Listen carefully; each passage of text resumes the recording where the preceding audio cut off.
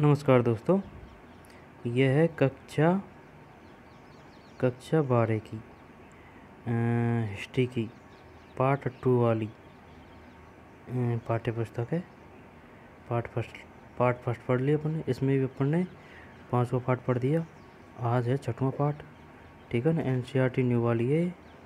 तो चलिए हर एक फैक्ट को, हर एक तथ्य को समझते हुए, याद करते हुए, पढ़ते हुए चलते हैं, और जो परीक्षा की दृष्टि से इम्पोर्टेंट होंगे उनको अच्छी तरह से देख लेंगे। तो चलिए शुरू करते हैं। हमारे अतीत कुछ विषय, ये पुस्तक का नाम है, पार्ट 2 है। तो चलिए शुरू करते हैं। भक्ति सूफी परंपराएं, विषय 6, भक्ति सूफी परंपराएं, धार्मिक विश्वासों में बदलाव और श्रद्धा। धार्मिक विश्वासों में बदलाव और श्रद्धा ग्रंथ लगभग 8वीं से 18वीं सदी तक। भक्ति सूफी परंपराएं, धार्मिक विश्वासों में बदलाव और श्रद्धा ग्रंथ लगभग 8वीं से 18वीं। ये नाम है पाठ का। अध्याय 4 में हमने पढ़ा कि प्रथम सहस्त्राब्दी के मध्य तक आते आते भारतीय उपमहाद्वीप का परिवेश धार्मिक इमारतों, स्तूप, विहार और मंदिरों में चिन्हित हो गया। यदि यह इमारतें किसी विशेष धार्मिक विश्वासों और आचरणों का प्रतीक है, वहीं अन्य धार्मिक विश्वासों का पुनर्निर्माण एवं साहित्य परंपरा जैसे पुराणों के आधार पर भी कर सकते हैं, जिनका वर्तमान स्वरूप लगभग उसी समय बनना आरंभ हो गया था। इसके अलावा ऐसे धार्मिक विश्वास भी हैं जो साहित्यिक और दृष्टिक दोनों ही दस्तावेजों में अत्यंत धूमिल है। इस काल के नूतन साहित्यिक स्रोतों में संत कवियों की रचनाएं हैं, जिसमें उन्होंने जनसाधारण की क्षेत्रीय भाषाओं में मौखिक रूप से अपने को व्यक्त किया था। यह रचनाएं, जो अधिकतर संगीतबद्ध है, संतों के अनुयायियों द्वारा उनकी मृत्यु के उपरांत संकलित किए गए। ये परंपराएं प्रभावमान थी। दोबारा से देखते हैं। इस काल के नूतन साहित्यिक स्रोतों में संत कवियों की रचनाएं हैं, जिनमें उन्होंने जनसाधारण की क्षेत्रीय भाषाओं में मौखिक रूप से अपने को व्यक्त किया था। यह रचनाएं, जो अधिकतर संगीतबद्ध है, संतों के अनुयायियों द्वारा उनकी मृत्यु के उपरांत संकलित की गई। ये परंपराएं प्रभावमान थी। अनुयायियों की कई पीढ़ियों ने मूल संदेश का न केवल विस्तार किया, अपितु उन विचारों को जो विभिन्न राजनीतिक, सामाजिक और सांस्कृतिक संदर्भ में संदिग्ध व अनावश्यक लगे, उन्हें या तो परिवर्तन कर दिया अथवा त्याग दिया। इन स्रोतों का मूल्यांकन इतिहासकारों के लिए एक चुनौती है। इतिहासकार इन संत कवियों के अनुयायियों, जो उनके संप्रदाय से थे, द्वारा लिखी गई उनकी जीवनियों का भी इस्तेमाल करते हैं। हालांकि यह जीवनी अक्षरतः सत्य नहीं है, तथापि इनसे यह ज्ञात होता है कि अनुयायी इन पथ प्रदर्शक स्त्री पुरुषों के जीवन को किस तरह से देखते थे। पथ प्रदर्शक, जैसा कि हम देखेंगे कि स्रोत एक क्रियात्मक और विविध दृश्य योजना को समझने की अंतर्दृष्टि प्रदान करते हैं। आइए अब हम इसके कुछ मूल तत्वों को बारीकी से देखते हैं। यह है भाई साहब माणिक्यवच्चकार की 12वीं शताब्दी की कैसी मूर्ति। ये शिव के अनुयायी थे और तमिल में भक्ति गान की रचना करते थे।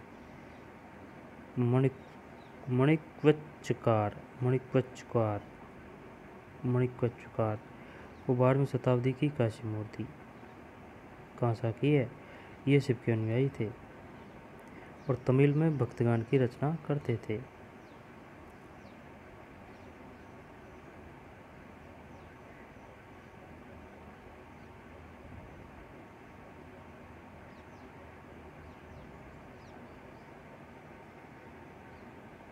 माणिक्यवच्चकार, ठीक। धार्मिक विश्वासों और आचरणों की गंगा जमुनी बनावट। धार्मिक विश्वासों और आचरणों की गंगा जमुनी बनावट।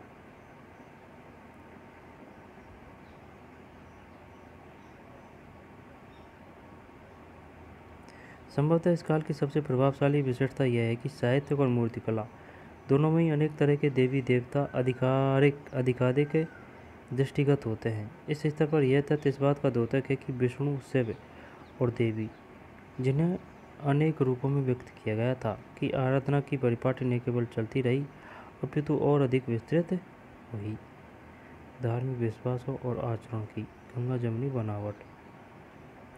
संभवतः इस काल की सबसे प्रभावी विशेषता यह है कि साहित्य और मूर्तिकला दोनों में ही अनेक तरह के देवी देवता अधिकाधिक दृष्टिगत होते हैं। एक स्तर पर यह तथ्य इस बात का द्योतक है कि विष्णु, शिव और देवी, जिन्हें अनेक रूपों में व्यक्त किया गया था, की आराधना की परिपाटी न केवल चलती रही अपितु और अधिक विस्तृत हुई।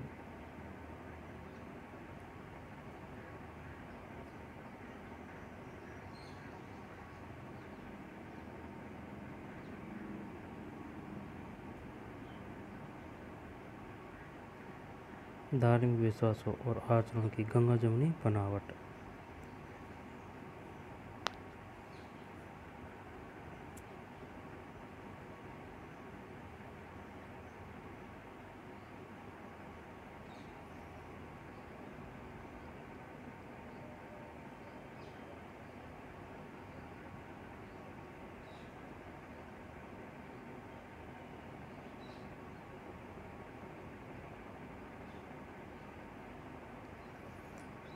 थोड़े बहुत अब लैंग्वेज है ना, कनिष्ठ आ गई, थोड़ा कठोर आ गई।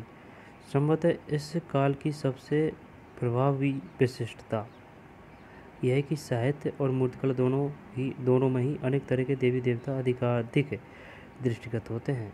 एक स्तर पर यह तथ्य इस बात का द्योतक है कि विष्णु, शिव और देवी, जिन्हें अनेक रूपों में व्यक्त किया गया, की आराधना की परिपाटी न केवल चलती रही अपितु अधिक विस्तृत हुई।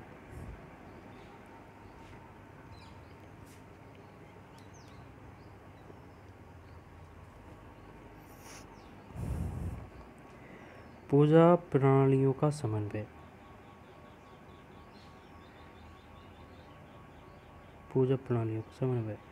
वे इतिहासकार जो इस विकास को समझने का प्रयास करते हैं, उनका सुझाव है कि यहाँ कम से कम दो प्रक्रियाएं कार्यरत थी। एक प्रक्रिया ब्राह्मणीय विचारधारा के प्रचार की थी। इसका प्रसार पौराणिक ग्रंथों की रचना, संकलन, परिरक्षण द्वारा हुआ। ये ग्रंथ सरल संस्कृत छंदों में थे, जो वैदिक विद्या से विहीन स्त्रियों और शूद्रों द्वारा विग्राह्य थे। इसी काल की एक अन्य प्रक्रिया थी स्त्री, शूद्रों व अन्य सामाजिक वर्गों की आस्थाओं और आचरणों को ब्राह्मणों द्वारा स्वीकृत किया जाना और उसे एक नया रूप प्रदान करना। वस्तुतः समाजशास्त्रियों का यह मानना है कि समूचे उपमहाद्वीप में अनेक धार्मिक विचारधाराएं और पद्धतियां महान संस्कृत पौराणिक परिपाटी तथा लघु परंपरा के बीच हुए अविरल संवाद का परिणाम है। वस्तुतः समाजशास्त्रियों का यह मानना है कि समूचे उपमहाद्वीप में अनेक धार्मिक विचारधाराएं और पद्धतियां महान संस्कृत पौराणिक परिपाटी तथा लघु परंपरा के बीच हुई अविरल संवाद का परिणाम है। इस प्रक्रिया का सबसे विशेष उदाहरण पूरी उड़ीसा में मिलता है, जहाँ मुख्य देवता को 12वीं शताब्दी तक आते आते जगन्नाथ, शाब्दिक अर्थ में संपूर्ण विश्व का स्वामी, विष्णु के स्वरूप के रूप में प्रस्तुत किया गया। जगन्नाथ का उड़ीसा, जगन्नाथ का मंदिर है उड़ीसा में, प्रस्तुत किया गया। ये जगन्नाथ है। यह आकृति दाहिने जगन्नाथ की है और अपनी बहन सुभद्रा मध्य और बाईं बलराम बाएं के साथ है।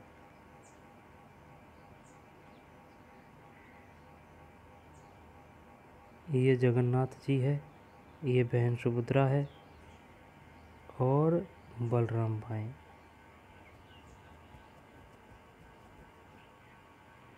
बारहवीं शताब्दी का है चित्र है वैसे तो, ठीक। रूप प्रस्तुत किया। यदि चित्र 6.2 की और चित्र 4.26 अध्याय 4 से तुलना की जाए तो हम देखेंगे कि देवताओं को बहुत भिन्न तरीके से प्रस्तुत किया गया है। इस उदाहरण में एक स्थानीय देवता को, जिसकी प्रतिमा को पहले और आज की लकड़ी से स्थानीय जनजाति के विशेषज्ञों द्वारा गढ़ा जाता है, विष्णु के रूप में प्रस्तुत किया गया। विष्णु का यह रूप देश के अन्य भागों में मिलने वाले स्वरूपों से सर्वथा भिन्न था। समन्वय के ऐसे उदाहरण देवी संप्रदायों में भी मिलते हैं। देवी की उपासना अधिकतर सिंदूर से पोते गए पत्थर के रूप में ही की जाती थी। इन स्थानीय देवियों को पौराणिक परंपरा के भीतर मुख्य देवताओं की पत्नी के रूप में मान्यता दी गई। कभी वह लक्ष्मी के रूप में विष्णु की पत्नी बनी और कभी शिव की पत्नी पार्वती के रूप में सामने आई। ठीक, ये क्या है? महान और लघु परंपरा। महान और लघु जैसे शब्द 20वीं शताब्दी के समाजशास्त्री रॉबर्ट रेडफील्ड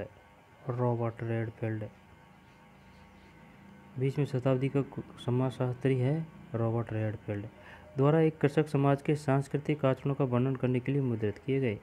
ऐसे समाजशास्त्री ने देखा कि किसान उन कर्मकांडों और पद्धतियों का अनुसरण करते थे जिनका समाज के प्रभुत्वशाली वर्ग जैसे पुरोहित और राजा द्वारा पालन किया जाता था। इन कर्मकांडों को रेडफील्ड ने महान परंपरा की संज्ञा दी। इन कर्मकांडों को रेडफील्ड ने महान परंपरा की संज्ञा दी। साथ ही कृषक समुदाय अन्य लोकाचारों का भी पालन करते थे जो इस महान परिपाटी से सर्वथा भिन्न थे। उसने इन लघु परंपरा के नाम से अभिहित किया। रेडफील्ड ने यह भी देखा कि महान और लघु दोनों ही परंपराओं के समय के साथ हुए पारस्परिक आदान प्रदान के कारण परिवर्तन हुए। हालांकि विद्वान इन प्रक्रियाओं और वर्गीकरण के महत्व से इनकार नहीं करते, तथापि वे इन शब्दों में जो पद सोपानात्मक स्वर उभर कर आता है उसकी अवमानना करते हैं। इसे लक्षित करने का एक तरीका है इन शब्दों को उद्धरण चिन्ह के साथ प्रस्तुत करना, जैसे लघु और महान। भाई ये बोल रहा है, हालांकि विद्वान इन प्रक्रियाओं और वर्गीकरण के महत्व से इनकार नहीं करते, तथापि वे इन शब्दों में जो पद सोपानात्मक स्वर उभर कर आता है उसकी अवमानना करते हैं। इसे लक्षित करने का एक तरीका है इन शब्दों को उद्धरण चिन्ह के साथ प्रस्तुत करना, जैसे लघु और महान।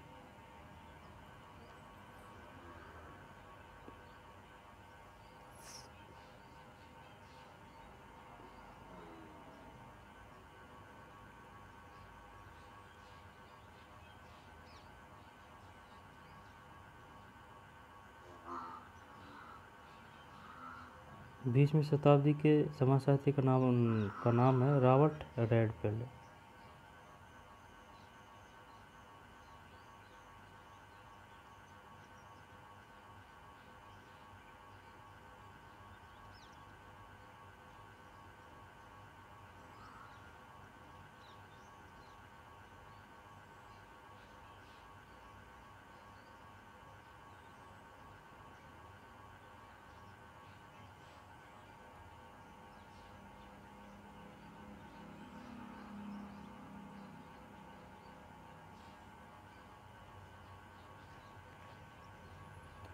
ठीक, अब कोई राह थोड़ी है। नहीं।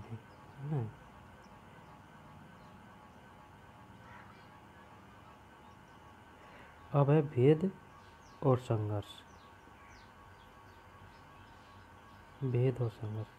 अधिकांश देवी की आराधना पद्धति को तांत्रिक नाम से जाना जाता है। तांत्रिक पूजा पद्धति देवी की आराधना पद्धति को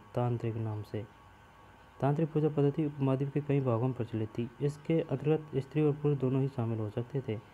इसके अतिरिक्त कर्मकांडीय संदर्भ में वर्ग और वर्ण के भेद की अवहेलना की जाती थी। इस पद्धति के विचारों ने शैव और बौद्ध दर्शन को भी प्रभावित किया, खासतौर से उपमहाद्वीप के पूर्वी, उत्तरी, दक्षिणी भागों में।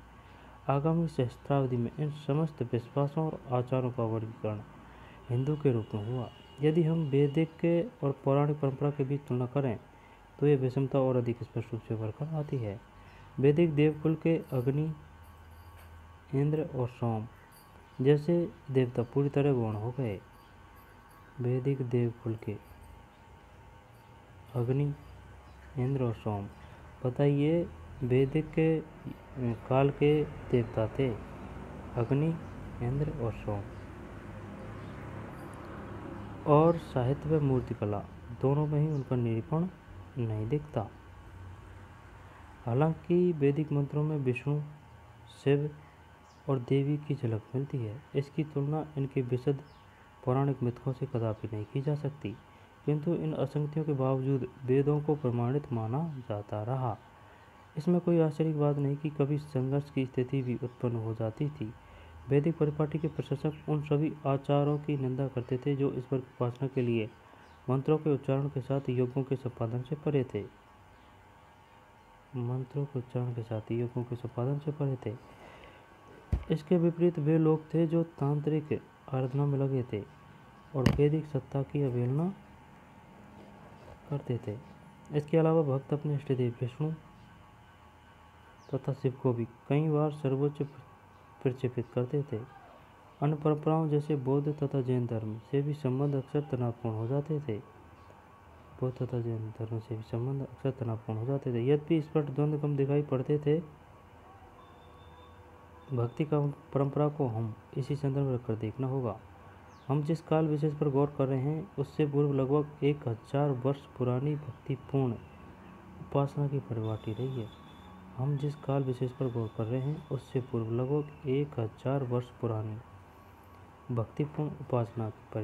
है। इस समय भक्ति प्रदर्शन में मंदिरों में इष्टदेव की आराधना से लेकर उपासकों का प्रेम भाव में तल्लीन हो जाना दिखाई पड़ता है। भक्ति रचनाओं का उच्चारण अथवा गाया जाना इस उपासना पद्धति के अंश थे। वैष्णव और शैव संप्रदाय पर तो यह कथन विशेष रूप से लागू होता है।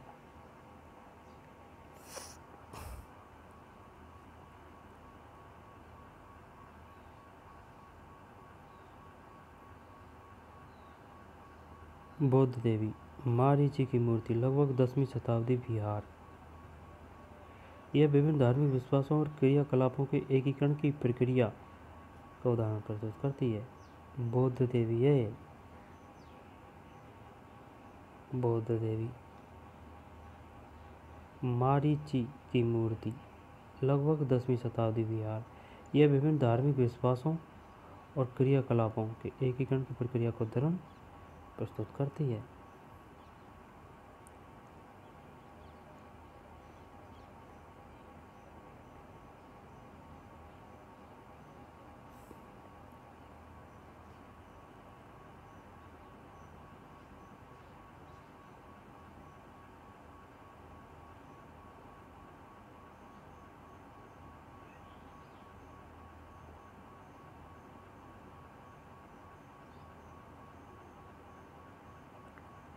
अब है उपासना की कविताएं। प्रारंभिक भक्ति परंपरा। कुछ राह थोड़ी है।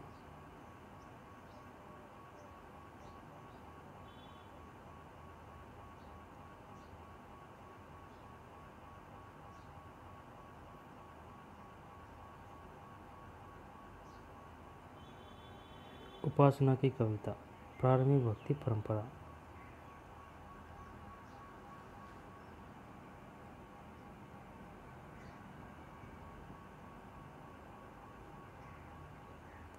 आराधना के तरीकों के क्रमिक विकास के दौरान बहुत बार संत कवि ऐसे नेता के रूप में उभरे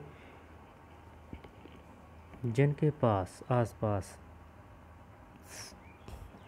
भक्तजनों के एक पूरे समुदाय का गठन हो गया। यद्यपि बहुत सी भक्ति परंपराओं में ब्राह्मण देवताओं और भक्तजन के बीच महत्वपूर्ण बिचौलिए बने। यद्यपि बहुत सी भक्ति परंपराओं में ब्राह्मण देवताओं और भक्तजन के बीच महत्वपूर्ण बिचौलिए बने रहे, तथापि इन परंपराओं ने स्त्रियों और निम्न वर्णों को भी स्वीकृति पर स्थान दिया। भक्ति परंपरा की एक और विशेषता इसकी विविधता है। दूसरे स्तर पर धर्म के इतिहासकार भक्ति परंपरा को दो मुख्य वर्गों में बांटते हैं: सगुण विशेषण सहित निर्गुण विशेषण विहीन। प्रथम वर्ग में शिव विष्णु तथा उनके अवतार व देवियों की आराधना आती है जिनकी मूर्त रूप में अवधारणा हुई। ठीक है, सगुण में वो है मूर्त रूप में अवधारणा हुई। और निर्गुण भक्ति परंपरा में अमूर्त निराकार ईश्वर की उपासना की जाती थी। तमिलनाडु के अलवार और नैनवार।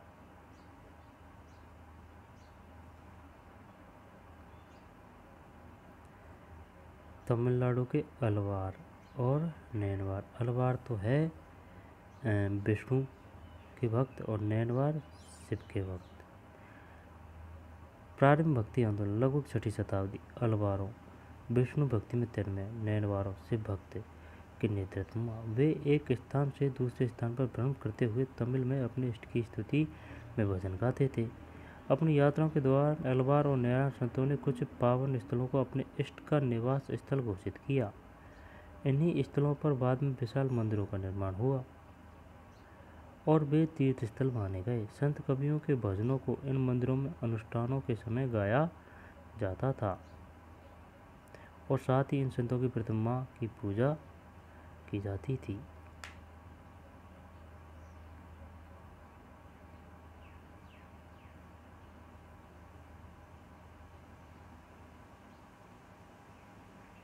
जाति के प्रति दृष्टिकोण।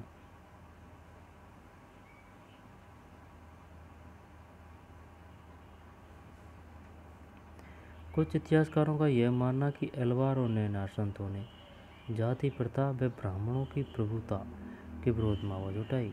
कुछ हद तक यह बात सच प्रतीत होती है, क्योंकि भक्ति संत विविध समुदायों से थे, जैसे कि ब्राह्मण, शिल्पकार, किसान, और कुछ तो उन जातियों से आए थे जिन्हें अस्पृश्य माना जाता था।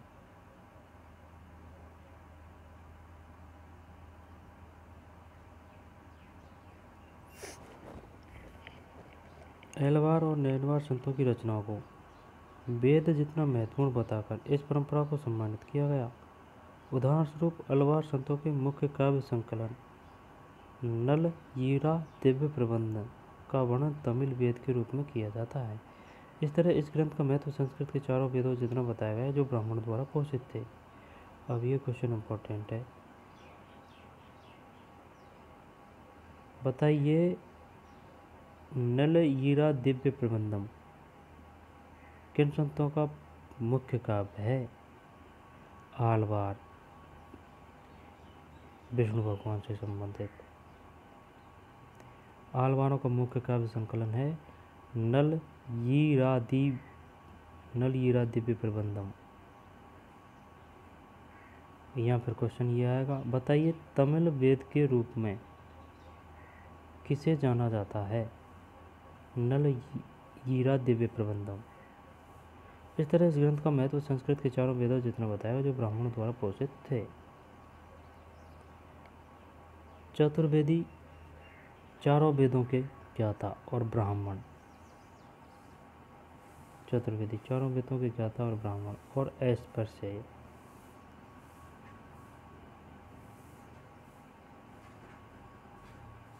चारों वेदों के ज्ञाता और ब्राह्मण और अस्पृश्य।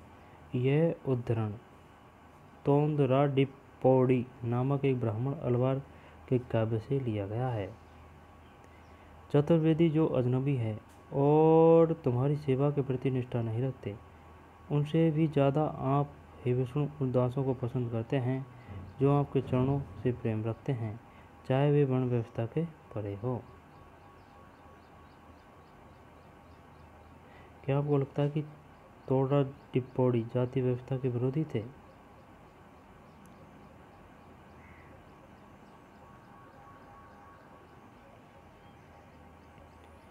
अब है स्त्री भक्त।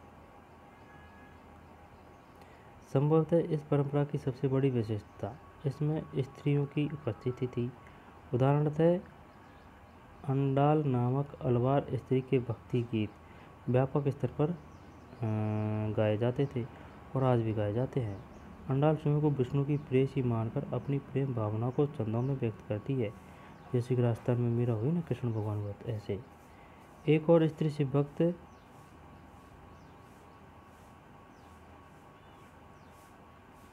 विष्णु की, लेकिन ये दूसरी है शिव भक्त। कर इक्का काल अम्इयार ने अपने उद्देश्य प्राप्ति हेतु घोर तपस्या का मार्ग अपनाया।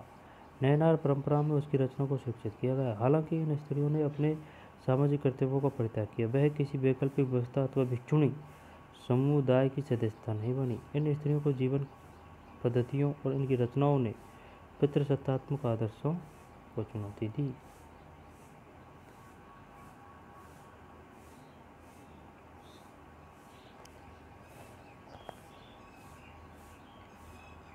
बताइए करी एक काल यार, ये वैष्णव थे, अलियार थे या नैनवार थे?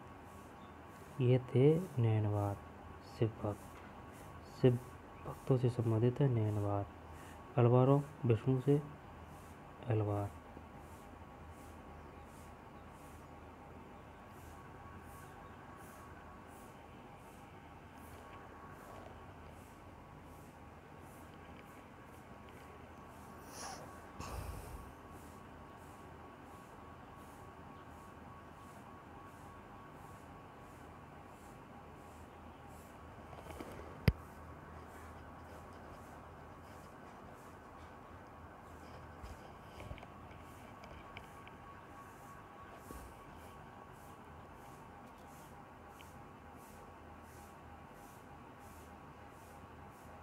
इन स्त्रियों की जीवन पद्धति और इनकी रचनाओं ने पितृसत्तात्मक आदर्शों को चुनौती दी। भक्ति साहित्य का संकलन 10वीं शताब्दी तक आते आते 12 अलवारों की रचनाओं का एक संकलन कर लिया गया, जो नल ईरा दिव्य प्रबंधम 4000 पावन रचनाएं के नाम से जाना जाता है। 10वीं शताब्दी में अपार समंदर और सुंदरदार की कविताएं तवरम नामक संकलन में रखी गई थी, जिसमें कविताओं का संगीत के आधार पर वर्गीकरण हुआ। नल ईरा दिव्य प्रबंधम, इसका पहले उल्लेख आया है। अलवार संतों के एक प्रमुख काव्य संकलन। अलवार नल ईरा दिव्य प्रबंधम 10वीं शताब्दी तक आते आते 12 अलवारों की रचनाओं का एक संकलन कर लिया गया, जो नल ईरा दिव्य प्रबंधम यानी 4000 पावन रचनाएं के नाम से जाना जाता है। 10वीं शताब्दी में ही अपार समंदर और सुंदरदार की कविताएं तवरम नामक संकलन में रखी गई है, जिसमें कविताओं का संगीत के आधार पर वर्गीकरण हुआ।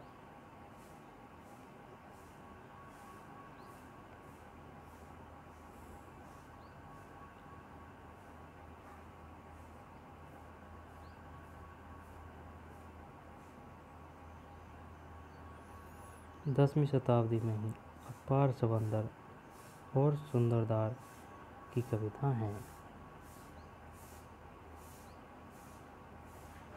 क्वेश्चन आ सकता है सही। बताइए नल ईरा दिव्य प्रबंधम में ये अलवारों का ग्रंथ है या फिर नैनवारों का?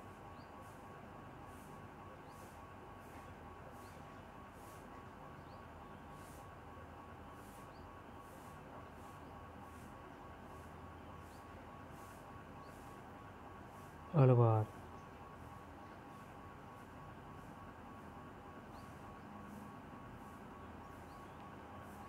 अलवार विष्णु से, नैनार शिव भगवान से हैं।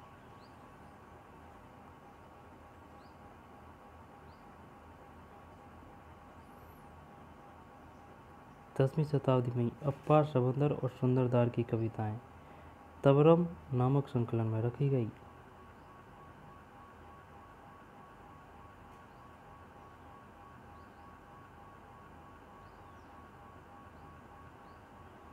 ठीक, तवरम। शास्त्र या भक्ति, यह चंद अपार नामक नैनार संत की रचना है। हे धूर्तजन, जो तुम शास्त्र को उद्धत करते हो, तुम्हारा गोत्र और कुल भला किस काम का? तुम केवल मारू पेरू के स्वामी शिव, जो तमिलनाडु के तंजावुर जिले के मारू पेरू में बसते हैं, को अपना एकमात्र आश्रयदाता मानकर नतमस्तक हो।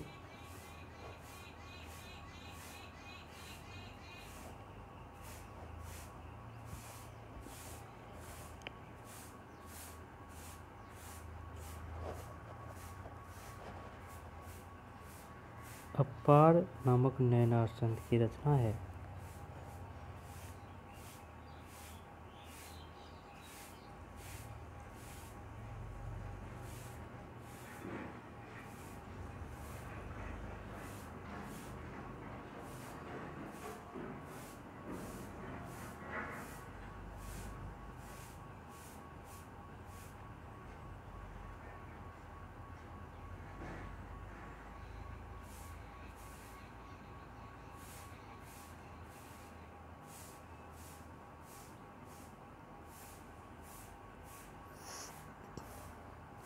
लेकिन इसमें ध्यान देने बात यह है, जो ये अपार समंदर और सुंदरदान है, ये नयनार संत है, और इनकी जो रचना का जो संकलन है वो है तवरम। और ये ऊपर वाली ये आलवार।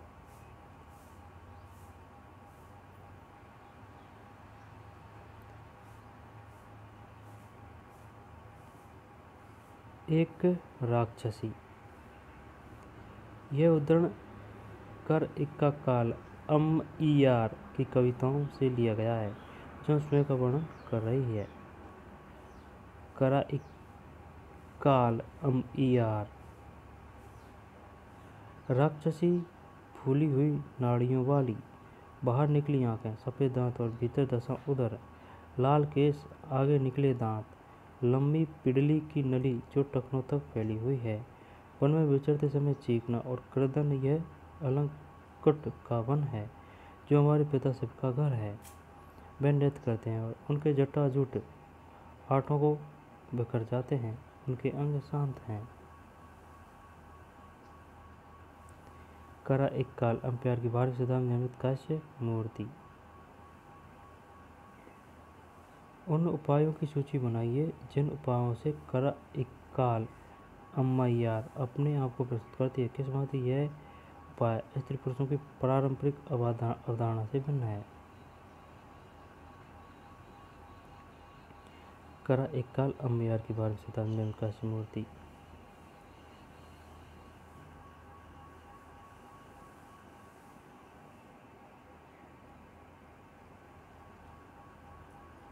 राज्य के साथ संबंध। अध्याय 2 में हमने पढ़ा कि तमिल क्षेत्र में प्रथम सहस्त्राब्दी ईस्वी के आरंभ में कई महत्वपूर्ण सरदारियाँ थीं। इस सहस्त्राब्दी के उत्तरार्ध में राज्य का उद्भव और विकास हुआ, जिसमें पल्लव और पांड्य राज्य 6ठी से 9वीं शताब्दी ईस्वी। पल्लव और पांड्य 6ठी से 9वीं। हालांकि बौद्ध और जैन धर्म इस क्षेत्र में कई शताब्दियों से मौजूद थे और उन्हें व्यापारी व शिल्पी वर्ग का प्रचार हासिल था। इन धर्मों को राज्य के संरक्षण और अनुदान यदा कदा ही हासिल होता था। एक रोचक बात यह है कि तमिल भक्ति रचनाओं की एक मुख्य विषय वस्तु बौद्ध और जैन धर्म के प्रति उनका विरोध है। विरोध का स्वरूप नयनार संतों की रचनाओं में विशेष रूप से उभरकर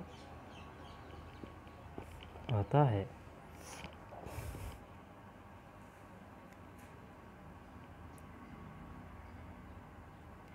इतिहासकारों ने इस विरोध की व्याख्या करते हुए यह सुझाव दिया है कि परस्पर विरोधी धार्मिक समुदायों में राज्य के अनुदान को लेकर प्रतिस्पर्धा थी। यह स्पष्ट है कि शक्तिशाली चोल 9वीं से 13वीं शताब्दी सम्राटों ने ब्राह्मणीय और भक्ति परंपरा को समर्थन दिया तथा विष्णु और शिव के मंदिरों के निर्माण के लिए भूमि अनुदान दिए। यह स्पष्ट है कि शक्तिशाली चोल ये थे 9वीं से 13वीं।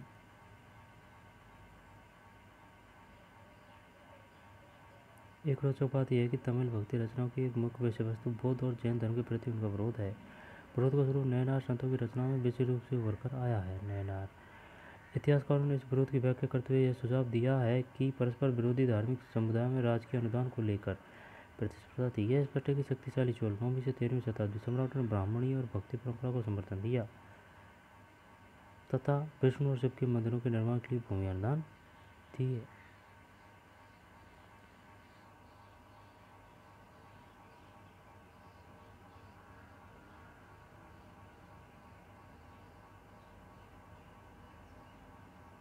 चिदम्बरम, तंजावुर और गंगैकोंड-चोलपुरम के विशाल शिव मंदिर।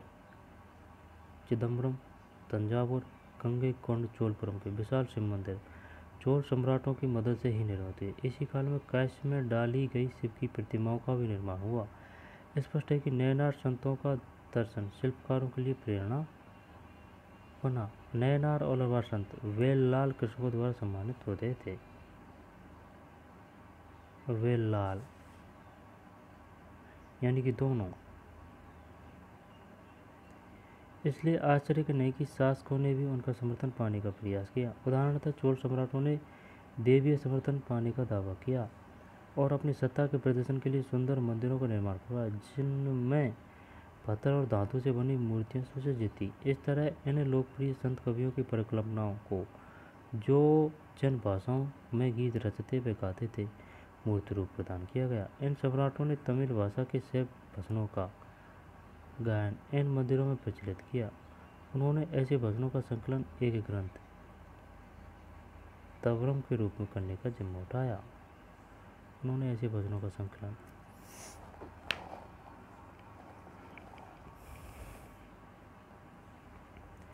एक ग्रंथ तवरम के रूप में करने का जिम्मा उठाया। 945 ईस्वी के एक अभिलेख से पता चलता है कि चोल सम्राट परांतक प्रथम ने संत कवि अप्पार सवंदर और सुंदरदार की धातु प्रतिमा एक शिव मंदिर में स्थापित करवाई।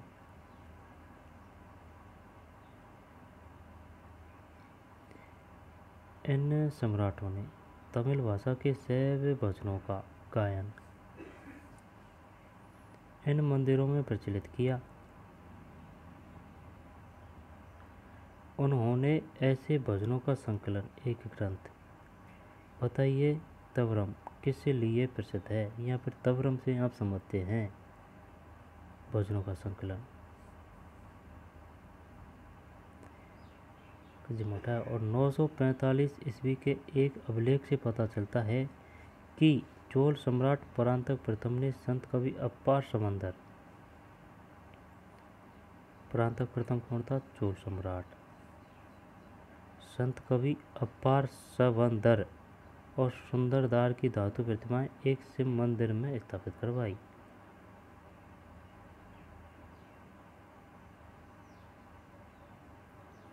इन मूर्तियों को उस समय एक जुलूस में निकाला जाता था। बताइए किस चोल सम्राट ने अप्पार समंदर की धातु की प्रतिमा एक शिव मंदिर में स्थापित करवाई? परांतक प्रथम ने।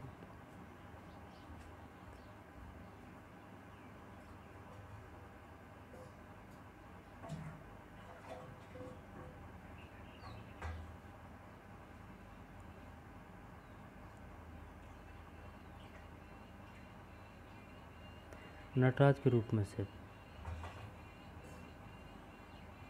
आपको क्या लगता है कि शासक भक्तों से अपने संबंध को दर्शाने के लिए हो सकते?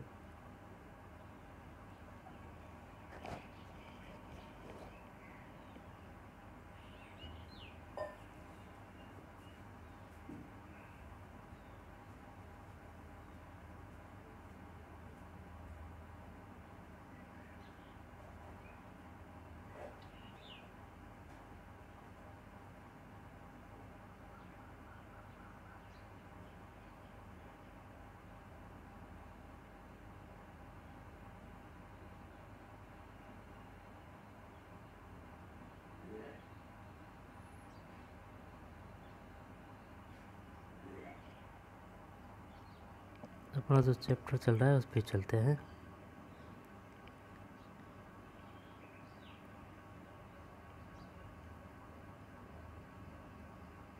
कर्नाटक की वीर शैव परंपरा, ठीक, इसको पढ़ना है अब।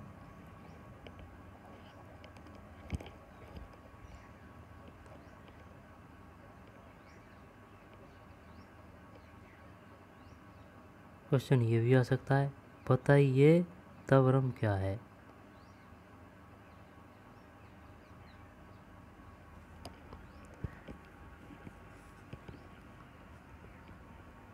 शैव भजनों का संकलन।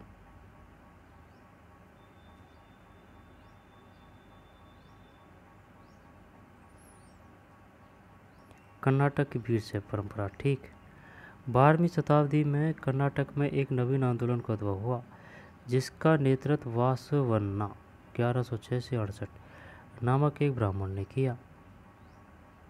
वासवन्ना कलाचुरी राजा के दरबार में मंत्री थे। इनके अनुयायी वीर शैव, शिव के वीर व लिंगायत, लिंग धारण करने वाले कहलाए। किसके? वासवन्ना कालचुरी। आज भी लिंगायत समुदाय का इस क्षेत्र में महत्व है। वे शिव की आराधना लिंग के रूप में करते हैं। इस समुदाय के पुरुष वाम स्कंद पर वास करना 1106 से 1167 किस राजा के काल में थे, मंत्री थे, दरबार में मंत्री थे? कालचूरी राजा के दरबार में।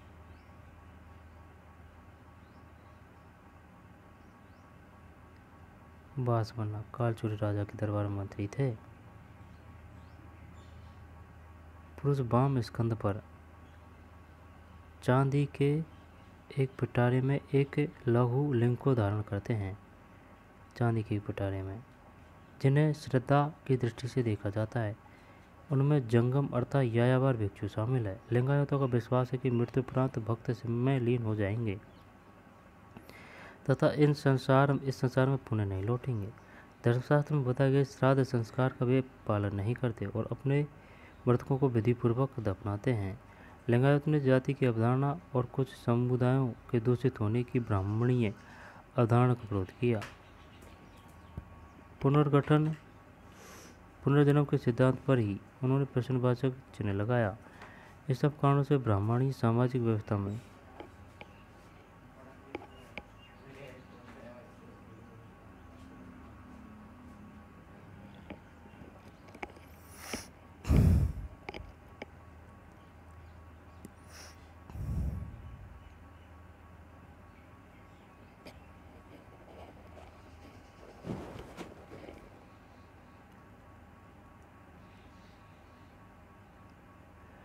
चांदी के पिटारे में एक लघु लिंग को धारण करते हैं, जिन्हें श्रद्धा की दृष्टि से देखा जाता है। उनमें जंगम अर्थात यायावर विष्णु शामिल है। लिंगायतों का विश्वास है कि मृत्युपरांत भक्त शिव में लीन हो जाएंगे तथा इस पर संसार में पुनः नहीं लौटेंगे। धर्मशास्त्र में बताए गए श्राद्ध संस्कार का वे पालन नहीं करते। आई समझ में? अपने मृतकों को विधिपूर्वक दफनाते हैं। ठीक। लिंगायतों ने जाति की अवधारणा और कुछ समुदायों के दूषित होने की ब्राह्मणी अवधारणा का विरोध किया। पुनर्जन्म के सिद्धांत पर भी उन्होंने प्रश्नवाचक चिन्ह लगाया। इन सब कारणों से ब्राह्मणीय सामाजिक व्यवस्था में जिन समुदायों को गौण स्थान मिला था वे लिंगायतों के अनुयायी हो गए। धर्मशास्त्रों में जिन आचारों को अस्वीकार किया गया था, जैसे वयस्क विवाह और विधवा पुनर्विवाह, लिंगायतों ने उन्हें मान्यता प्रदान की। वीर से परंपरा की व्युत्पत्ति उन वचनों से हैं जो कन्नड़ भाषा में उन स्त्री पुरुषों द्वारा रचे गए जो इस आंदोलन में शामिल हुए। यार समझ में तो खुआई यार, कछु आई है, कछु खुआई। कर्नाटक की वीर से परंपरा।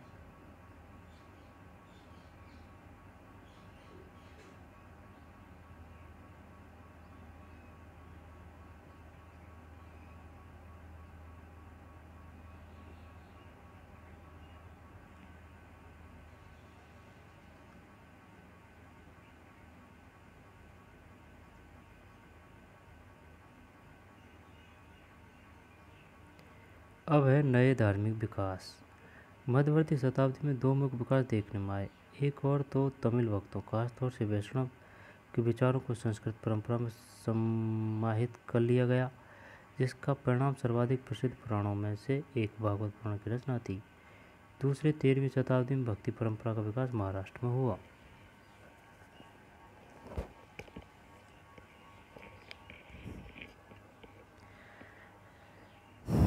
नए धार्मिक विकास।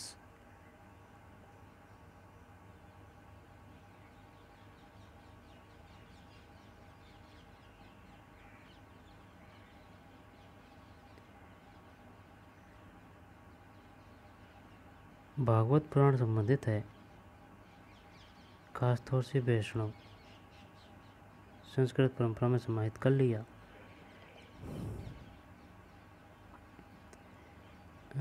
अनुष्ठान और यथार्थ संसार। यह वासवन्ना द्वारा रचित एक वचन है। जब वे एक पत्थर से बने सर्प को देखते हैं तो उस पर दूध चढ़ाते हैं। यदि असली सांप आ जाए तो कहते हैं मारो मारो। देवता के उस सेवक को जो भोजन परसने पर खा सकता है, वे कहते हैं चले जाओ और चले जाओ। किंतु ईश्वर की प्रतिमा को जो खा नहीं सकती, वे व्यंजन परोसते हैं।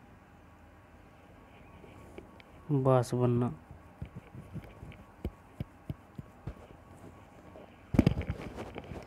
अनुष्ठानों के प्रति बासमन्ना के रवैये की व्याख्या कीजिए। वे किस तरह श्रोता को अपनी बात समझाने का प्रयत्न करते हैं?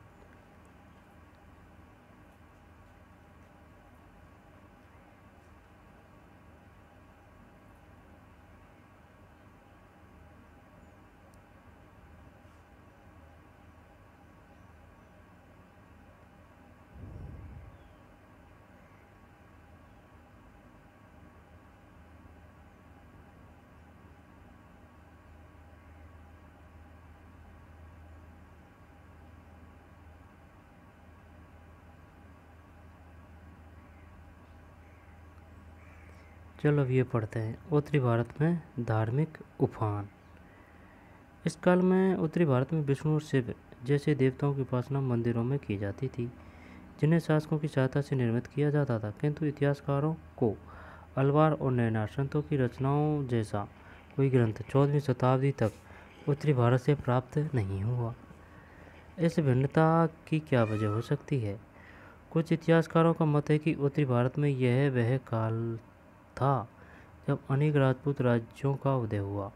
इन सभी राज्यों में ब्राह्मणों का महत्वपूर्ण स्थान था और वे ऐहिक तथा अनुष्ठानिक दोनों ही कार्य करते थे। उनकी इस प्रभुसत्ता को सीधे चुनौती देने का प्रयास शायद ही किसी ने किया।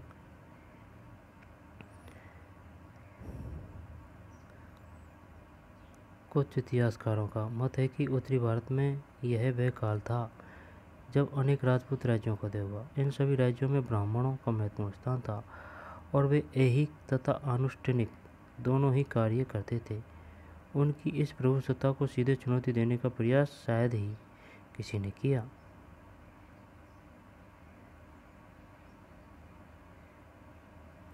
उनके प्रभाव में विस्तार हो रहा था। ऐसे नेताओं में नाथ, जोगी, सिद्ध शामिल थे। उनमें से बहुत से लोग शिल्पी समुदाय के थे, जिनमें जुल्लाहे शामिल थे। संयोजित दस्तकारी उत्पादन के विकास के साथ उनका महत्व बढ़ रहा था। नगरीय केंद्रों के विस्तार तथा मध्य व पश्चिम एशिया के साथ व्यापार के प्रसार के साथ ही इन दस्तकारी की वस्तुओं की मांग बढ़ी। अनेक नवीन धार्मिक नेताओं ने वेदों की सत्ता को चुनौती दी और अपने विचार आम लोगों की भाषा में सामने रखे। समय के साथ यह भाषा उस समय में विकसित हुई जिस तरह आज भी प्रयोग में लाई जाती है। अपनी लोकप्रियता के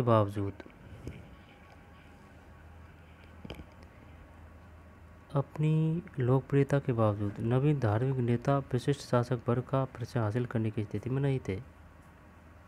इस स्थिति में एक नवीन तत्व भारत में तुर्कों का आगमन था, जिसकी पराकाष्ठा दिल्ली सल्तनत 13वीं शताब्दी की स्थापना हुई। सल्तनत की स्थापना से राजपूत राज्यों का और उनसे जुड़े ब्राह्मणों का प्रभाव हुआ। इन परिवर्तनों का प्रभाव संस्कृति और धर्म पर भी पड़ा। सूफियों का आगमन लगभग अनुवाक्च है। इन परिवर्तनों का एक महत्वपूर्ण अंग था।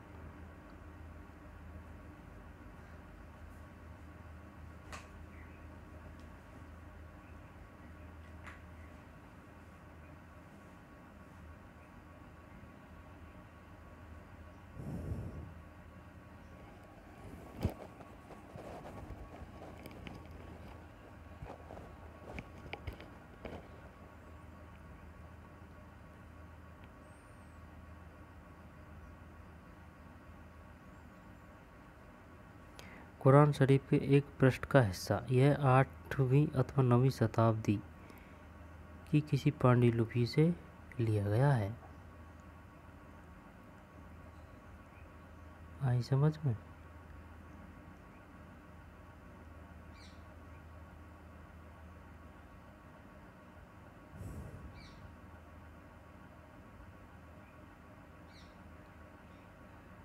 आठवीं तथा 9वीं शताब्दी की किसी पांडुलिपि से लिया गया है।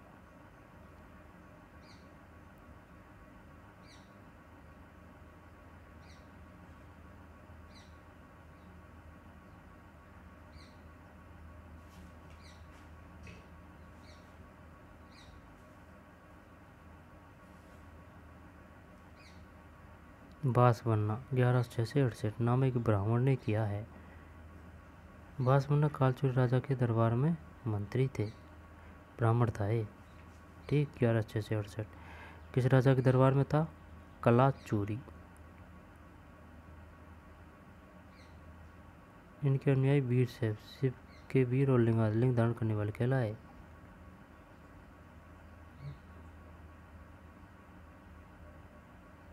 मतलब नामक एक ब्राह्मण ने किया, लेकिन इनके अनुयायी वीर शैव और लिंग धारण करने वाले कहलाए।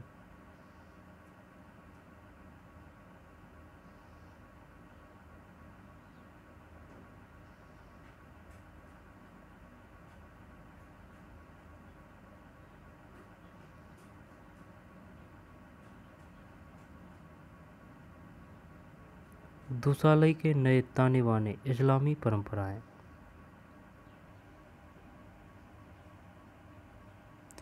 दुसाले के नए ताने बाने और इमारती परंपराएं। जिस तरह उपमहाद्वीप के विभिन्न क्षेत्र एक दूसरे से पृथक नहीं थे, उसी भांति समुद्र और पहाड़ों के परे के क्षेत्रों से भी संपर्क शताब्दियों से बना रहा। प्रथम सहस्त्राब्दी ईस्वी में अरब व्यापारी समुद्र के रास्ते पश्चिम भारत के बंदरगाहों तक आए। इसी समय मध्य एशिया से लोग देश के उत्तर पश्चिम प्रांतों में आकर बस गए। 7वीं शताब्दी में इस्लाम के उद्भव के बाद ये क्षेत्र उस संसार का हिस्सा बन गए जिसे अक्सर इस्लामी विश्व कहा जाता है।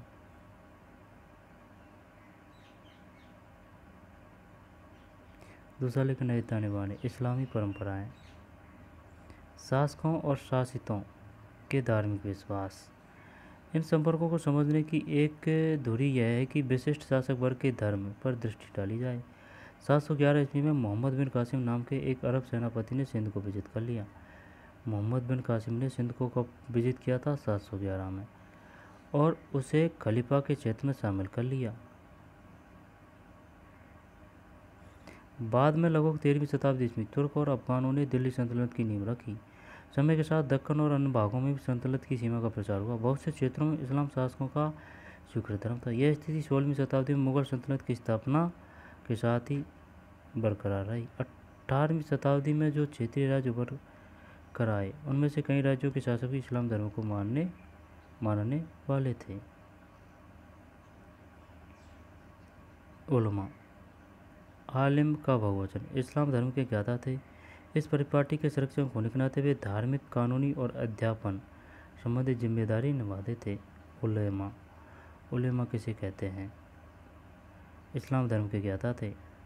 इस परिपाटी के संरक्षक होने के नाते वे धार्मिक, कानूनी और अध्यापन संबंधी जिम्मेदारी निभाते थे। उलमा।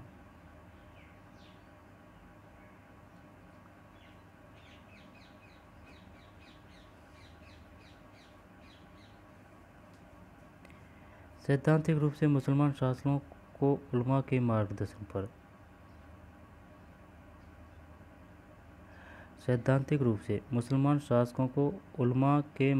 पर चलना होता था। ठीक है, उलमा से यह अपेक्षा की जाती कि वे शासन में शरिया का अमल सुनिश्चित करवाएंगे, किंतु उपमहाद्वीप में स्थिति जटिल थी क्योंकि बड़ी जनसंख्या इस्लाम धर्म को मानने वाली नहीं थी। इस संदर्भ में जिम्मी व्युत्पत्ति अरब शब्द जिम्मा से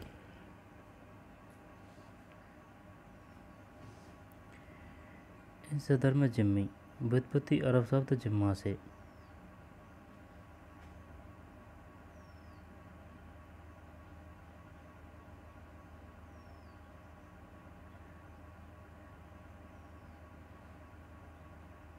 इस संदर्भ में जिम्मी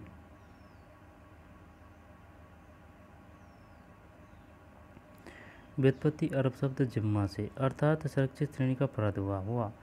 जिम्मी वे लोग थे जो उद्घटित धर्म ग्रंथ को मानने वाले थे, जैसे इस्लामी शासकों के क्षेत्र में रहने वाले यहूदी और ईसाई। ये लोग जजिया नामक कर चुका कर मुसलमान शासकों को द्वारा संरक्षण दिए जाने के अधिकारी हो जाते थे। दोबारा से पढ़ते हैं।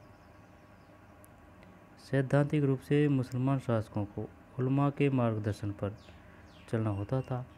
उलमा से यह अपेक्षा की जाती थी कि वे शासन में शरिया का अमल सुनिश्चित करवाएंगे, किंतु उपमहाद्वीप में स्थिति जटिल थी क्योंकि बड़ी जनसंख्या इस्लाम धर्म को मानने वाली नहीं थी।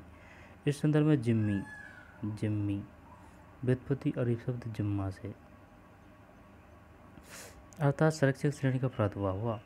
जिम्मी वे लोग थे जो उद्घटित धर्मग्रंथ को मानने वाले थे, जैसे इस्लामी शासकों के क्षेत्र में रहने वाले यहूदी और ईसाई। जिम्मी वे लोग थे जो उद्घटित धर्मग्रंथ को मानने वाले थे, जैसे इस्लामी शासकों के क्षेत्र में रहने वाले यहूदी और ईसाई। ये लोग जजिया नामक कर चुकाकर मुसलमान शासकों द्वारा शिक्षण दिए जाने के अधिकारी हो जाते थे। कौन? यहूदी और ईसाई। भारत में इसके अंतर्गत हिंदुओं को भी शामिल कर लिया गया, जैसा आप देखेंगे अध्याय 9। मुगल शासक अपने आप को न केवल मुसलमानों का अपितु सारे समुदायों का बादशाह मानते थे। वास्तव में शासक शासितों की तरफ काफ़ी लचीली नीति अपनाते थे। उदाहरण, बहुत से शासकों ने भूमि अनुदान व कर की छूट हिंदू, जैन, पारसी, ईसाई, यहूदी धर्म संस्थाओं को दी तथा साथ ही गैर मुसलमान धार्मिक नेताओं के प्रति श्रद्धाभाव व्यक्त किया। ऐसे अनुदान अनेक मुगल बादशाहों, जिनमें अकबर और औरंगजेब शामिल थे, द्वारा दिए गए।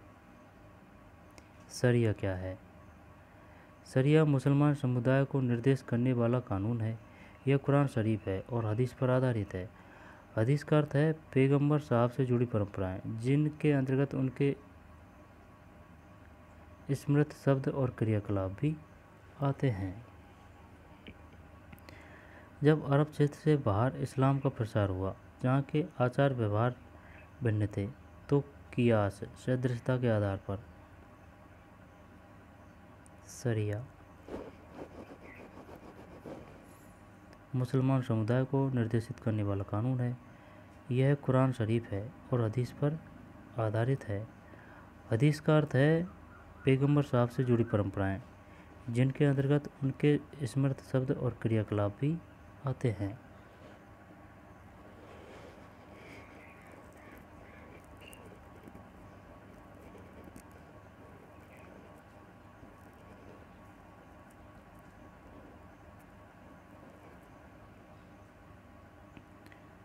शरिया शरिया मुसलमान समुदाय को निर्देशित करने वाला कानून है। यह कानून शरीफ और हदीस पर आधारित है।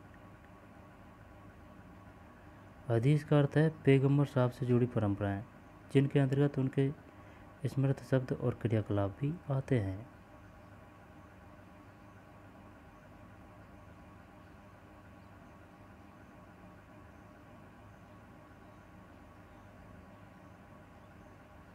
शरिया शरिया से आप क्या समझते हैं? मुसलमान समुदाय को निर्देशित करने वाला कानून है। यह कुरान शरीफ और हदीस पर आधारित है। हदीस का अर्थ है पैगंबर साहब से जुड़ी परंपराएं, जिनके अंतर्गत उनके स्मृत शब्द और क्रियाकलाप भी आते हैं। जब अरब क्षेत्र से बाहर इस्लाम का प्रचार हुआ, जहाँ के आचार व्यवहार भिन्न थे, तो कियास सदृशता के आधार पर तर्क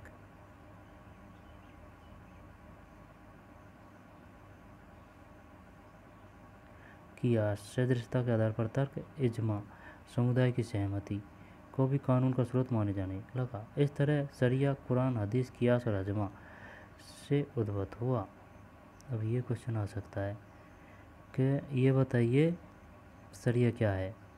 मुसलमान समुदाय को निर्देशित करने वाला कानून, और कियास सदृशता के आधार पर तर्क, इज्मा समुदाय की सहमति को भी कानून का स्रोत माना जाने लगा। इस तरह शरिया कानून, हदीस और कियास और इज्मा से उद्भूत हुआ। इस तरह शरिया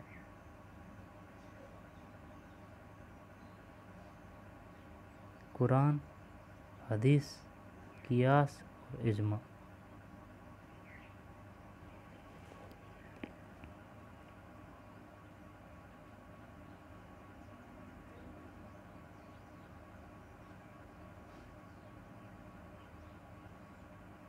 कियास का अर्थ क्या है? सदृशता के आधार पर तर्क, और इज्मा समुदाय की सहमति। कियास हो गया है ना, तर्क है, और इज्मा सहमति। शरिया वो हो गया, कुरान वो हो गया, हदीस का पता नहीं है।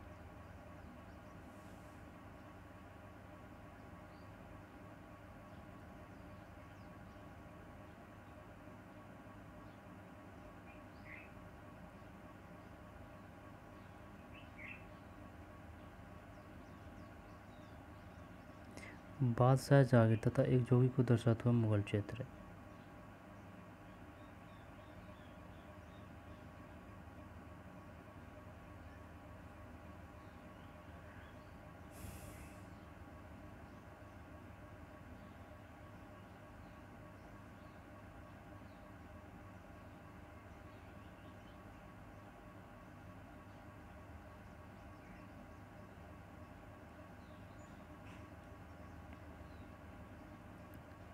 खंबात का गिरजाघर।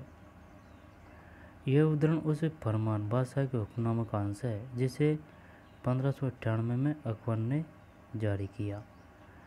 हमारे बुलंद और मुक़द्दस पवित्र ज़हन में पहुंचा है कि यीशु की मुक़द्दस जमात के पादरी खंबात गुजरात के शहर में इबादत के लिए गिरजाघर एक इमारत की तामीर निर्माण करना चाहते हैं, इसलिए यह शाही फरमान जारी किया जा रहा है।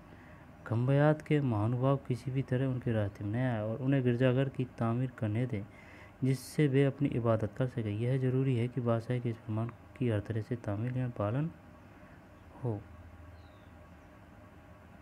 हमारे बुलंद और मुक़द्दस पवित्र ज़हन में पहुंचा है कि यीशु की मुक़द्दस जमात के पादरी खंबात गुजरात के शहर में इबादत के लिए गिरजाघर एक इमारत की तामीर निर्माण करना चाहते हैं, इसलिए शाही फरमान जारी किया जा रहा है। खंबात के महानुभाव किसी भी तरह उनके रास्ते में न आए, उन्हें गिरजाघर की तामीर करने दें जिससे वे अपनी इबादत कर सकें।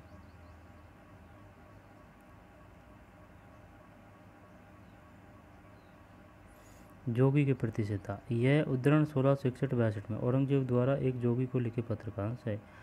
बुलंद मकाम शिव मूर्त गुरु आनंद नाथ जियो, जनाब ए मुहूर्तम श्रद्धेय अमन और खुशी से हमेशा ही श्री शिव जियो की पनाह में रहे।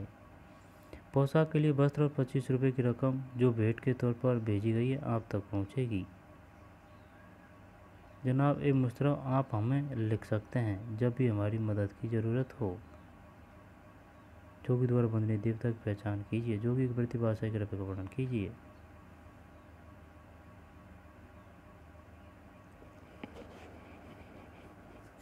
औरंगजेब का पत्र है।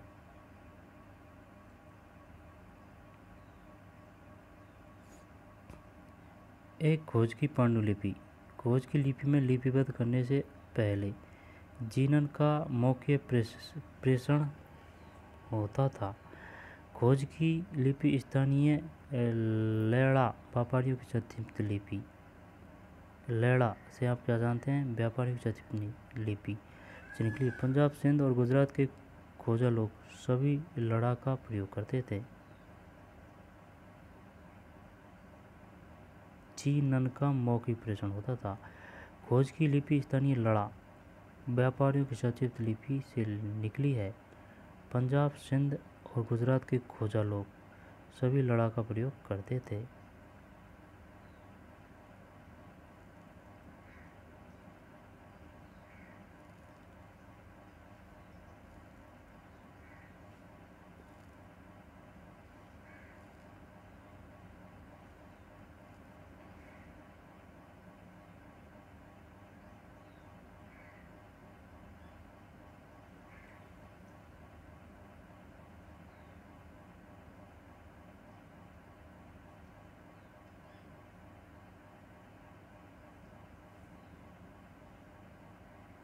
क्वेश्चन आएगा, बताइए लड़ा से आप क्या समझते हैं? लड़ा का मतलब है व्यापारियों की संक्षिप्त लिपि। कौन प्रयोग करते थे? पंजाब, सिंध और गुजरात से खोजा लोग सभी लड़ा का प्रयोग करते थे।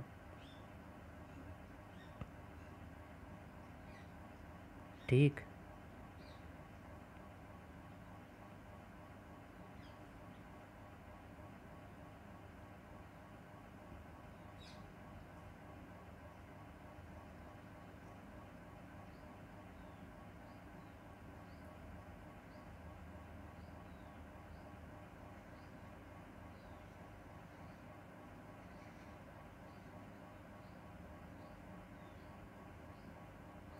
अब है लोक प्रचलन में इस्लाम।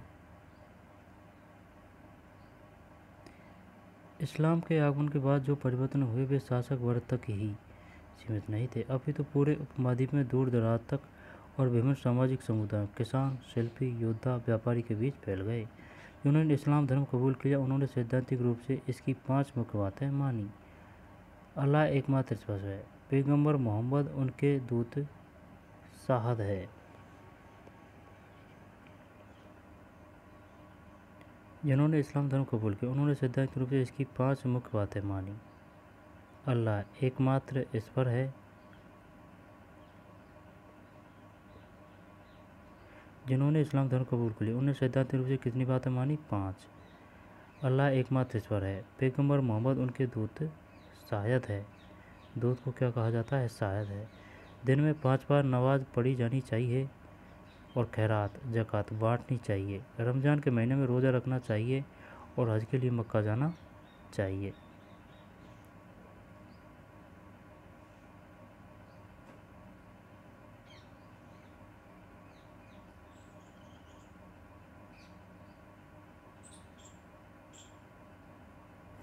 किंतु इस सार्वभौमिक तथ्यों में अक्सर सांप्रदायिक या शिया सुन्नी वजहों से तथा स्थानीय लोकाचारों के प्रभाव की वजह से भी धर्मांतरित लोगों के व्यवहारों में भिन्नता देखने में आती थी। उदाहरण खोजा इस्लामी शिया समुदाय के लोगों ने कुरान के विचारों की अभिव्यक्ति के लिए देसी साहित्य विधा का सहारा लिया।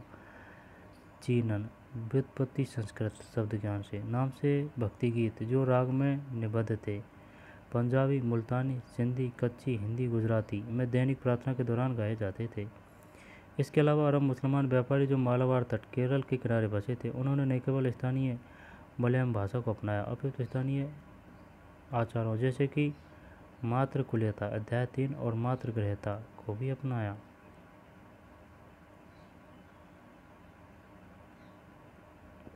जीनन का अर्थ है व्युत्पत्ति संस्कृत शब्द ज्ञान से, है ना, व्युत्पत्ति बता रहे। तो इसके अलावा अरब मुसलमान व्यापारी जो मालाबार तट केरल के किनारे बसे थे उन्होंने न केवल स्थानीय मलयालम भाषा को अपनाया अपितु स्थानीय आचारों जैसे कि मातृकुल्यता अध्याय 3 और मातृगृहता को भी अपनाया।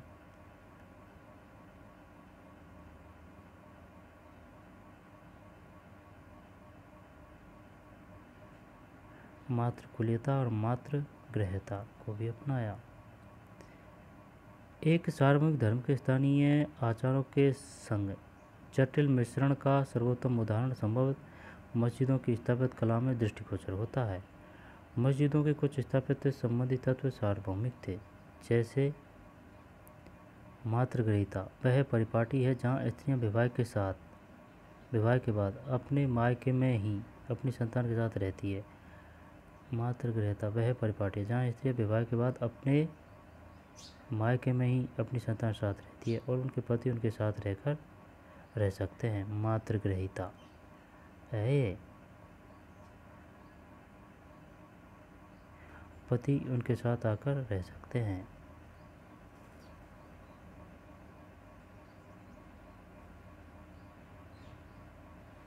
केरल में 13वीं शताब्दी में एक मस्जिद उसके शिखर के आकार की छत पर गौर कीजिए।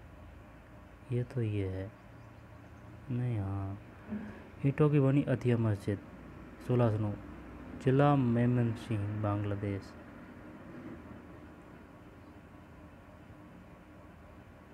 दासा नहीं है इसमें। ईंटों से बनी अतिया मस्जिद 1609 जिला मेमनसिंह बांग्लादेश। अतिया मस्जिद कहाँ है? बांग्लादेश में है।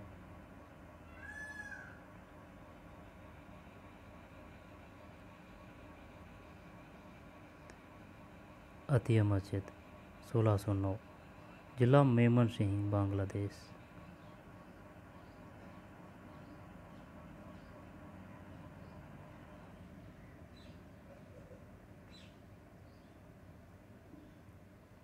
केरल में 13वीं शताब्दी की एक मस्जिद इसके शिखर के आकार की छत पर गौर कीजिए।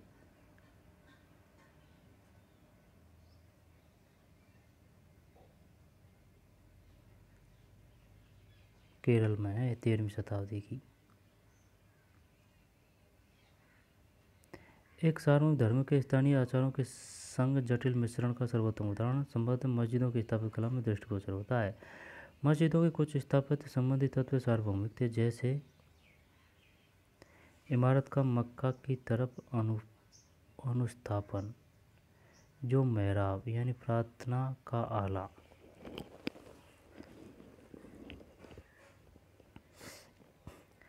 अनुस्थापन, जो मेहराब, प्रार्थना का आला और मिंबर, व्यासपीठ की स्थापना से लक्षित होता। बहुत से तत्व ऐसे थे जिनमें भिन्नता देखने में आती है, जैसे छत और निर्माण का सामान। देखिए चित्र 6.9, 6.10 और 6.11। अरे भाई ये बोल रहा है मेहराब यानी कि अनुप्रस्थ, जो मेहराब, प्रार्थना का आला और मिंबर, व्यासपीठ की स्थापना से लक्षित होता था। बहुत से तत्व ऐसे थे जिनमें भिन्नता देखने में आती है, जैसे छत और निर्माण का सामान।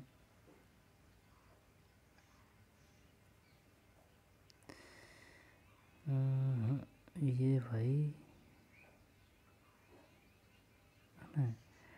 इमारत का मक्का की तरफ अनुस्थापन। अनुस्थापन मतलब जो मेहराब, प्रार्थना का आला और मिंबर यानी व्यासपीठ की स्थापना से लक्षित होता था। बहुत से तत्व ऐसे थे जिनमें भिन्नता देखने में आती है, जैसे छत का निर्माण का सामान। जब ये 6.10 है, ये 6.9 है, 6.11 है।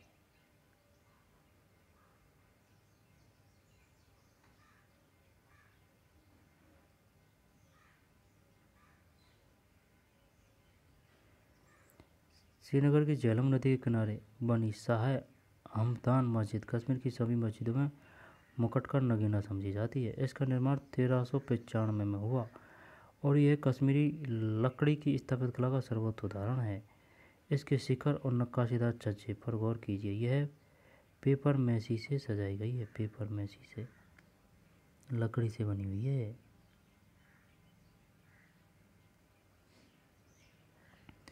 श्रीनगर की झेलम नदी के किनारे बनी शाह हमदान मस्जिद कश्मीर की सभी मस्जिदों में मुकुट का नगीना समझी जाती है। श्रीनगर की झेलम नदी के किनारे बनी शाह हमदान मस्जिद कश्मीर की सभी मस्जिदों में मुकुट का नगीना समझी जाती है। मस्जिद का नाम है शाह हमदान मस्जिद, मुकुट का नगीना। स्थापना 1395। यह पेपर मेसी से सजाई गई है। ठीक। अब है समुदायों के नाम।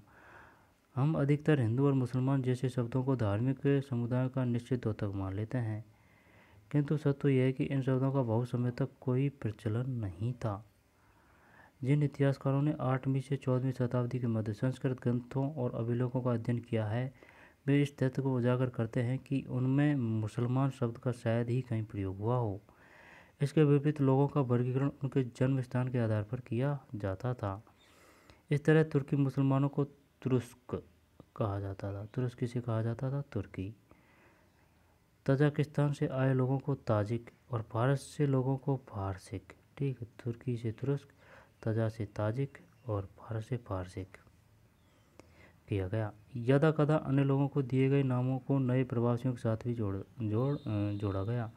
उदाहरण, तुर्क और अफगानों को शक, तुर्क और अफगानों को शक, है ना, अध्याय 2-3। और यवन ग्रीक लोगों के लिए प्रयुक्त भी कहा गया है। तुर्क और अफगानों को शक और यवन ग्रीक लोगों के लिए प्रयुक्त भी कहा गया है। इन प्रवासी समुदायों के लिए एक अधिक सामान्य शब्द मलेच्छ था, जो इस बात की ओर इंगित करता है कि वह वर्ण नियमों का पालन नहीं,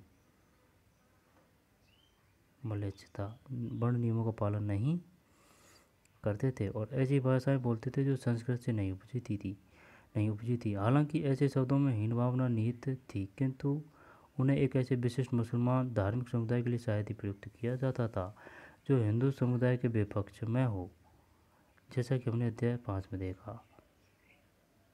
और ऐसे विशिष्ट मुसलमान धार्मिक समुदाय के लिए शायद ही प्रयुक्त किया जाता हो जो हिंदू समुदाय के विपक्ष में हो, जैसा कि हमने अध्याय 5 में देखा कि हिंदू शब्द अनेक तरह से इस्तेमाल किया जाता था और इसे धार्मिक समुदाय के एकमात्र अर्थ में सीमित नहीं किया जा सकता। सही है। अपने गांव अथवा शहर की मस्जिद की स्थापत्य कला के बारे में जानकारी हासिल कीजिए।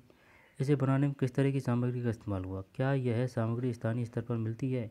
क्या इसके कुछ विशेष स्थापत्य लक्षण है? सूफी मत का विकास।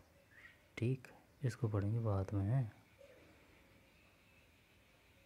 श्रीनगर की झेलम नदी के किनारे मुकुटकंडा की मस्जिद है, लकड़ी से सजाया किसे गया है? इसको पेपर मेसी से।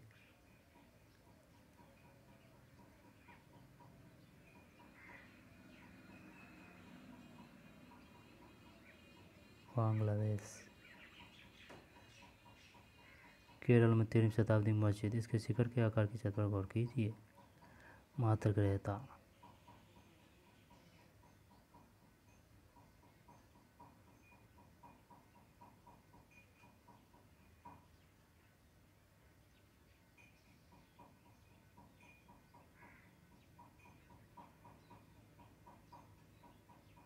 ठीक, तो मिलते हैं नए वीडियो में। धन्यवाद।